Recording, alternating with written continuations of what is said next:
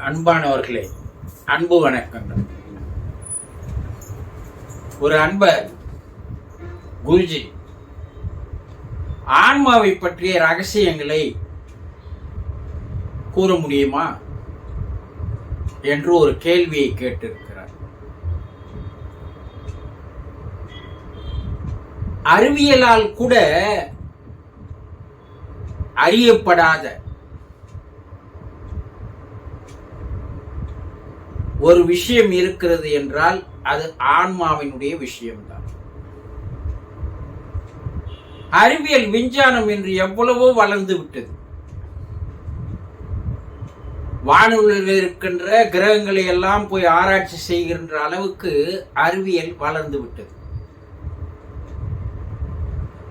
ஆக்கப்பூர்வமான கண்டுபிடிப்புகளும் அழிவை தரக்கூடிய கண்டுபிடிப்புகளும் கூட கண்டுபிடித்து வருகிறார்கள்.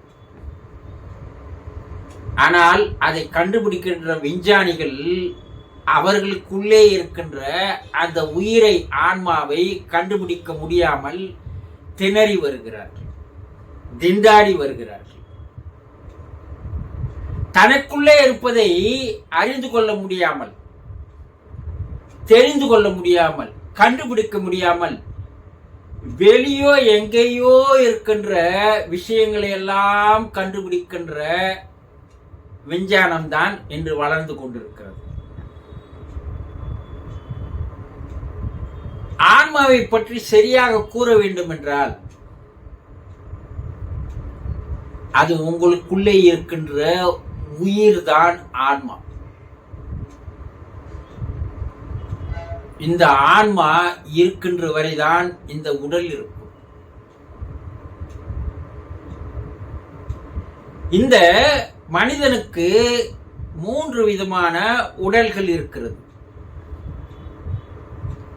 ஸ்தூல உடல், சூக்கும உடல், காரண உடல்.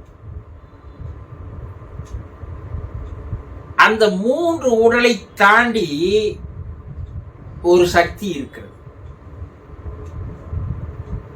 அதுதான் ஆத்மா, ஆன்மா என்று அழைக்கிறார்கள். இறைவன் கடலை போன்றவன்,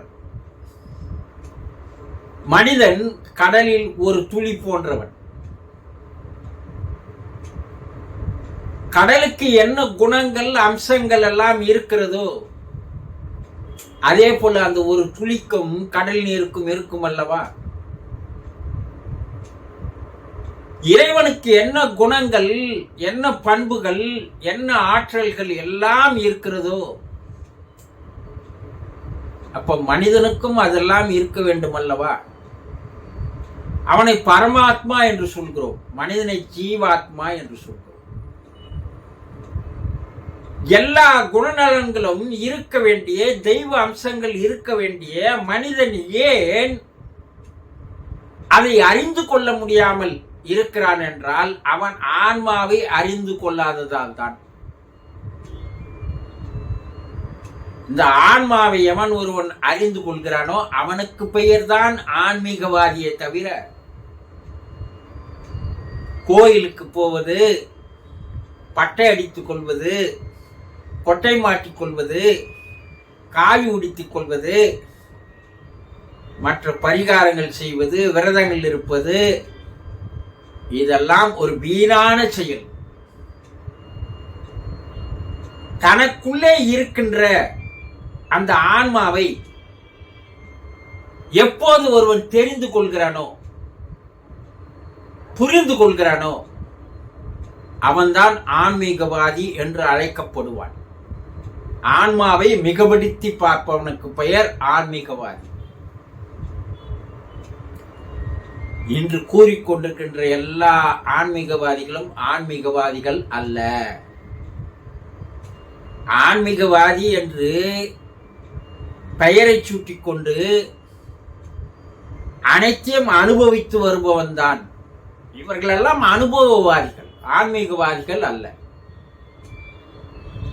தனக்குள்ளே இருக்கின்ற அந்த ஆன்மா, ஆத்மா என்ற ஒன்றை எப்போது ஒருவன் தெரிந்து கொள்கிறானோ, புரிந்து கொள்கிறானோ அறிந்து கொள்கிறானோ, தெளிவு பெறுகிறானோ, அவனே ஞானி ஆவான். ஆக ஆன்மா என்பது நமக்குள்ளே இருக்கிறது. அது ஆண்டவனாக இருக்கிறது, ஆண்டவனுடைய சுயரூபமாக இருக்கிறது. அதை அறிந்து கொள்வதற்காக தான் இன்று பல பேர் முயற்சி செய்து கொண்டிருக்கிறார்கள் விஞ்ஞானிகள். எப்படி அது எப்படி இருக்கிறது, எங்கிருந்து போகிறது, எங்கே வருகிறது என்பதை முயற்சி செய்வதற்காக வெஸ்ட் ஜெர்மனி விஞ்ஞானிகள் இறந்து போவதற்கு ஒரு 10 நிமிடங்கள் இருக்கின்ற ஒரு மனிதனை அவனுடைய நாடி துடிப்பு அடங்கி வருகிறது, மூச்சு குறைந்து வருகிறது, இன்னும் 10 நிமிடத்துக்கு மேல் அவனால் உயிர் வாழ முடியாது என்று மருத்துவர்களால் கணிக்கப்பட்ட பின்பு அந்த உயிர் என்ற ஆன்மா எப்படி வெளியேறி போகிறது, உடலை விட்டு எப்படி வெளியேறி போகிறது என்பதற்காக பல்வேறு ஆராய்ச்சிகளை செய்து பார்த்தார்கள். ஒரு கண்ணாடி பெட்டியில் அந்த 10 நிமிடத்துக்கு முன்னால் போகிற அந்த மனிதன், உயிர் போகிற மனிதனை வைத்துவிட்டு அதற்கு மேல் ஒரு கண்ணாடி பெட்டி, அதற்கு மேல் ஒரு கண்ணாடி பெட்டி என்று 7 கண்ணாடி பெட்டிக்குள் காற்றே புக முடியாத அளவிற்கு ஒரு பெட்டகத்தை வைத்து அதற்குள்ளே அவனை வைத்து சிறு தூசு போனால் கூட கண்டுபிடிக்கின்ற அளவுக்கு பெரிய பெரிய கேமராக்களை வைத்துக் கொண்டு அவன் உயிர் எப்படி வெளியே போகிறது, அந்த உயிரை படம் பிடிக்க முடியுமா என்பதற்காக ஆராய்ச்சி எல்லாம் செய்து பார்த்தார்கள். 10 நிமிடத்திற்கு பின்னால் அவன் உயிர் வெளியேறியது, ஆன்மா வெளியேறியது. ஆனால் எந்த ஒரு தொலைநோக்கியிலும், எந்த ஒரு நுண்ணோக்கியிலும் அதை காண முடியவில்லை, அதை படம் பிடிக்க முடியவில்லை. ஆனால் அந்த 7 கண்ணாடி பெட்டியில் வீரல் ஏற்பட்டு இருந்ததை கண்டார்கள்.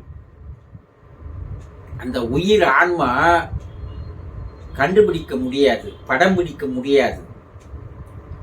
ஆனால் அது கண்ணாடி பெட்டியை கூட ஊடுருவி கொண்டு வெளியே செல்கிறது என்றுதான் விஞ்ஞானிகளுடைய கண்டுபிடிப்பு. சரி, இந்த ஆன்மாவிற்கு, அந்த உயிருக்கு என்ன சக்தி இருக்கிறது என்று பார்க்க வேண்டும் என்று அதே போல ஒரு மனிதனை, 10 நிமிடத்தில் உயிர் போகின்ற ஒரு மனிதனை அவனை படுக்க வைத்து விட்டு அவன் மேலே செப்பாலான ஒரு வலை வைத்தார்கள். அந்த வலையோடு சில இணைப்புகள் இணைத்து பல்வேறு பல்புகளில் 100 watts bulb, 500 watts bulb, 1000 watts bulb என்று அதோடு இணைத்து விட்டார்கள். அந்த உயிர் 10 நிமிடத்திற்கு அப்பால் வெளியே இருக்கிறது. அந்த அந்த உயிர் ஆன்மாவானது அந்த செப்பு வலையை வந்து தொடும்போது 1000 வாட்ஸ் பல்பு ஏறுகிறது. பல முறை இந்த நிகழ்வுகள் நடந்த பின்பு கடைசியாக அந்த ஆன்மாவானது அந்த நெருக்கமாக இருக்கிற செப்பு வலையை கூட துளைத்துக் கொண்டு வெளியேறி விட்டது. இதிலையும் எந்த புகைப்படத்தாலும் எடுக்க முடியவில்லை. ஆனால் அந்த உயிருக்கு, ஆன்மாவுக்கு ஒரு மாபெரும் சக்தி இருக்கிறது, ஆற்றல் இருக்கிறது என்பதை விஞ்ஞானிகள் கண்டுபிடித்து உலகிற்கு தெரியப்படுத்தினார்கள்.